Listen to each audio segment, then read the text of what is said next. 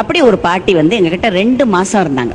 2 மாசம் இருந்துட்டு மகன் வந்த உடனே அவர் வந்த 2ஆம் நாளே நான் எங்க அம்மாவை கூட்டிட்டு போறேன்னாரு. நான் மாட்டேன்னு சொல்ல முடியுமோ? முடியாது. கண்டிப்பா திருப்பி அனுப்பிச்சேன். திருப்பி அனுப்பின போது அந்த அம்மா வாசல்ல உட்கார்ந்துகிட்டு என்ன நீ அனுப்பாதேன்னு அழறாங்க. அப்ப நான் சொன்னேன், இல்லம்மா நீங்க போயிட்டு வாங்க, நீங்க எப்ப வரணும்னு சொல்றீங்களோ உங்க மகனை சொல்லுங்க, அவர் கொண்டு விடுவாரு. நான் மாட்டேன்னு சொல்லக்கூடாது, நான் அனுப்ப மாட்டேன்னு சொல்லக்கூடாதுமா, அது நல்லா இருக்காது, உங்க மகனோட தானே நீங்க இருக்கணும் அப்படின்னு சொல்லி கொண்டு விட சொல்லிட்டோம். சரின்னு கூட்டிட்டு போயிட்டாரு. ஒரு 4 மாசம் ஆயிடுச்சு. 4 மாசம் ஆன பிறகு இப்ப ஒரு வாரம் முன்னாடி அம்மா அந்த மாதிரி எங்க அம்மாவை தூக்கி நிமித்தி எல்லாம் பண்ண முடியல, ரொம்ப பெட்ரிடன் ஆயிட்டாங்க, ஸோ உங்க வீட்டில் உங்க ஹோம்ல கொண்டு விடுறோம், பாத்துக்கிறீங்களா அப்படின்னு. நாங்க அந்த மாதிரியும் அட்மிட் பண்றோம். பாட்டி வரும்பொழுதே கால்லாம் நல்லா வீங்கிட்டு இருக்கு. ஷீ சிங்கிங் ஸ்டேஜ், கடைசி ஸ்டேஜ்ல இருக்காங்க அவங்க. நான் கேட்டேன், ஏன் சார் கால்லாம் வீங்கிட்டு இருக்குன்றீங்க, டாக்டர் கூட்டு காட்டினேன். ஒரு MBBS டாக்டர் கூட்டு காட்டினேங்க, அவங்க ஒன்றும் சரியா சொல்ல, நல்லா இருப்பாங்க, நல்லா தான் இருக்காங்கன்ட்டாங்க அப்படின்ட்டாங்க. ஸோ அப்புறம் பிறகு நாங்கள் என்ன பண்ணோம், எங்கள் அக்கா பக்கத்தில் சேர்த்துட்ட 3ஆவது நாள் எனக்கு ரொம்ப சந்தேகமா இருந்தது. நான் 13 வருஷமா நடத்துறதுனால சின்ன சின்ன அனுபவங்கள்னால அந்த அம்மா இன்னும் 2 நாள் கூட இருக்க மாட்டாங்கன்னு எனக்கு தெரிஞ்சுது. ஸோ நான் என்ன பண்ணேன், எங்க இல்லத்தினுடைய டாக்டரை நான் கூட்டு காட்டின போது 24 hours தான் சொல்லிட்டாங்க. வீட்டுக்கு போக மாட்டேன்ட்டாங்க அந்த அம்மா. வீட்டுக்கு என்ன அனுப்பாதேன்றாங்க என்கிட்ட. சத்தியம் சார், நான் வீட்டுக்கு போக மாட்டேன், என்ன வீட்டுக்கு அனுப்பாதே, நீ அனுப்பாதே, நான் போக மாட்டேன்றாங்க. நான் சொன்னேன், இல்லம்மா நீங்க வீட்டுக்கு போங்க, கொஞ்சம் உடம்பு ஜாஸ்தியா இருக்கு, மகள்லாம் திருநெல்வேலியிலேருந்து அங்கே நீங்க இதெல்லாம் வந்திருக்காங்க பாக்குறதுக்கு, எல்லாரும் கிட்ட இருந்து செய்வாங்க, நீங்க அங்க இருந்தா உங்களுக்கு இன்னும் கொஞ்சம் சௌரியம் தான். என்ன அனுப்பாத தாயி, என்ன அனுப்பிடாத தாயி, நான் போகல. ஸோ இதை நான் எப்படி அந்த மகன்கிட்ட நான் கன்வே பண்ண முடியாது. அப்போ அவர் என்ன பண்ணாரு, வந்தாரு, என்ன சொன்னாங்க டாக்டர்னு கேட்டாரு. நான் இந்த மாதிரி 24 hours சொல்லிட்டாங்க, நீங்க என்ன பண்ண போறீங்கன்னு. நாங்க கூட்டிக்கிட்டு போயிடுறாங்க. பேரன், மகன், மருமகள், 3 மகள்கள், 2 மருமகன்கள், எல்லாரும் வந்தாங்க. இழுத்து நல்ல தலையிலேருந்து கால் வரைக்கும் போத்திக்கிட்டாங்க சார். தலை வரைக்கும் போத்திக்கிட்டாங்க. கண்ணை திறக்க மாட்டேன்றாங்க. சரி, அதுக்கப்புறம் என்ன பண்ணாங்க, மகளும் மருமகளும் துளசி தண்ணி கொஞ்சம் ஊத்துறோம். ஊத்துங்க, துளசி தண்ணி ஊத்துறோம்னா வாயில ஊத்துறோம், கொஞ்சம் இது பண்ணுங்க, நீங்க அலோவ் பண்ணுங்க அப்படின்னு சொன்னாங்க. அலோவ் பண்ணுங்கன்னு உடனே நான் சொன்னேன், தாராளமா ஊத்தி பாருங்க. மருமக கெஞ்சுறாங்க, மகன் கெஞ்சுறான், பேரன் கெஞ்சுறாங்க, மக கெஞ்சுறா, வாயே திறக்காத நல்லா இழுத்து போர்வை எடுத்து வாய் பக்கம் மூக்கு வரைக்கும் மூடிக்கிட்டாங்க சார். ஸோ அப்போ நான் என்ன பண்ணேன், சார் கொஞ்சம் இருங்க, தொண்டைக்காயிருதுன்னு தானே நீங்கள் ஃபீல் பண்ணுறீங்க, நான் வேணா கேட்டு பார்க்குறேன், நீங்கள் யாராவது ஊற்றலாம் அப்படின்ட்டு நான் சொன்னேன். நான் கையில் பால் ஹோம்லேருந்து கிச்சன்லேருந்து எடுத்துகிட்டு போய், அம்மா நான் வந்திருக்கேம்மா, கொஞ்சம் வாயை திறங்க, பால் வாயில் கொடுறேன், தொண்டை காஞ்சு போயிடும், ரொம்ப நேரமாக வாய் திறந்துக்கிட்டே இருக்கீங்க நீங்கள் அப்படின்னு.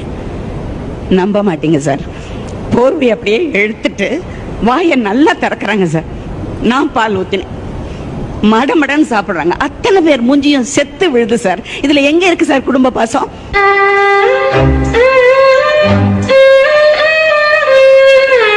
என்னுடைய காப்பகத்தில் இருக்கிற அத்தனை முதியோர்களுமே கடைசி நேரம்னு டாக்டர் சொல்லிட்டாங்கன்னா பக்கத்துல இருந்து அரை மணிக்கு ஒரு தடவை நான் அவங்க வாயில பால் ஊத்திட்டு, அவங்க உயிர் போகும்போது என் கை பிடிச்சுன்னு தான் சார் போகும்.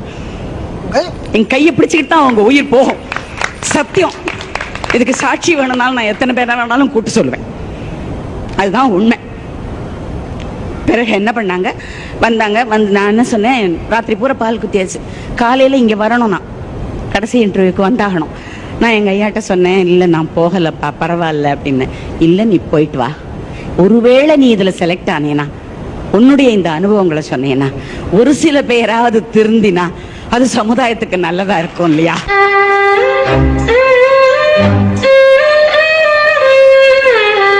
இன்டர்வியூல உட்காந்துருக்கேன் சார், என்னால உட்கார முடியல சார். இன்டர்வியூக்கு என்னோட வந்த பையன், அம்மா என்னமோ மாறி இருக்கீங்க. நான் இல்லப்பா, எனக்கு ரொம்ப மனசு கஷ்டமா இருக்கு, ஐ ஃபீல் கில்ட்டி, என்னுடைய டியூட்டிலேருந்து நான் தவறிட்டேனோ, இங்க வந்து அனாவசியமா உட்கார்ந்துருக்கேனோ, என்ன மீறி அந்த உயிர் போயிடுத்துனா, என் கையில தானே இத்தனை நாளா நான் எல்லாரையும் அனுப்பிச்சேன் அப்படின்னு சொல்லி ஃபீல் பண்ணேன். உடனே அந்த பையன் அவனுடைய செல்லை கொடுத்து எங்க வீட்டு நம்பரை ஃபோன் பண்ணான். நான் ஃபோன் பண்றேன், 10 நிமிஷம் ஆறுது பாட்டி போய், அதனால தான் நீ இவ்வளவு வருத்தப்பட்டிருக்க அப்படின்னு எங்க ஐயா சொன்னாரு.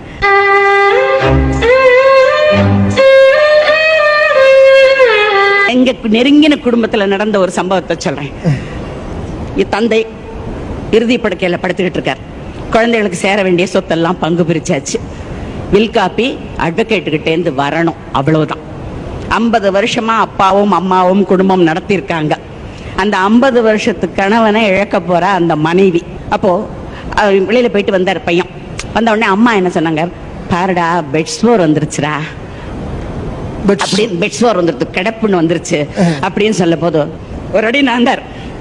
ஐயோ, வில் காப்பி வந்துதா இல்லையா, உயில் காப்பி வந்ததா இல்லையான்னு கேட்டாரு. உனக்கு எழுதி வச்சாச்சு, உன் பங்கு வந்துருச்சு, எல்லாம் ஆயிடுத்து சார். உனக்கு அந்த காப்பி வந்தா என்ன வராட்டான, சொத்து ஒண்ணுது தானே. ஒரு அந்த 50 வருஷம் வாழ்ந்த அந்த தாய் தன்னுடைய கணவனை இழக்க போறா. அம்மா தோ போய் நான் ஓடி போய் டாக்டர் கூட்டிட்டு வரேம்மா, இல்லாட்டா பவுடர் போட்டு விடுறேம்மா, ஏதாவது செய்யறேம்மான்னு சொல்லியிருந்தா அந்த தாயோட மனசு எவ்வளவு சந்தோஷப்பட்டிருக்கும் சார். எங்க இருக்கு சார் அன்பும் பாசமும்?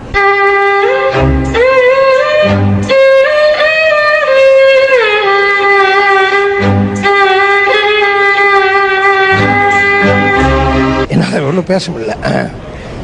இன்னொரு கொடூரமான சம்பவம் தெரியுமா? தாலி வாங்குறதுன்னு ஒண்ணு உண்டு இல்லையா, கணவன் இறந்தாக்க தாலி வாங்குறதுன்னு ஒண்ணு உண்டு இல்லையா. அது பிராமண சமுதாயத்துல மகன் தான் வாங்குவோம், ராத்திரி 12 மணிக்கு தான் வாங்குவோம். மற்ற சமுதாயத்துல எப்படின்றது எங்களுக்கு தெரியாது.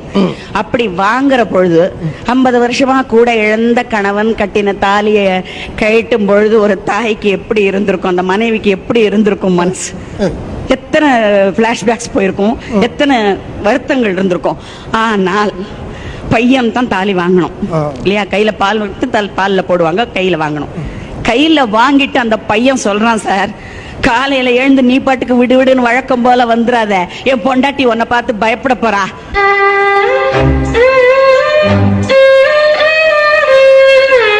அந்த தாயுடைய உணர்ச்சியை புரிஞ்சுக்காத பையன் இருக்கிற அளவுக்கு இருக்கிற வரைக்கும் குடும்பத்துல எங்க சார் அன்பும் பாசமும் இருக்கு?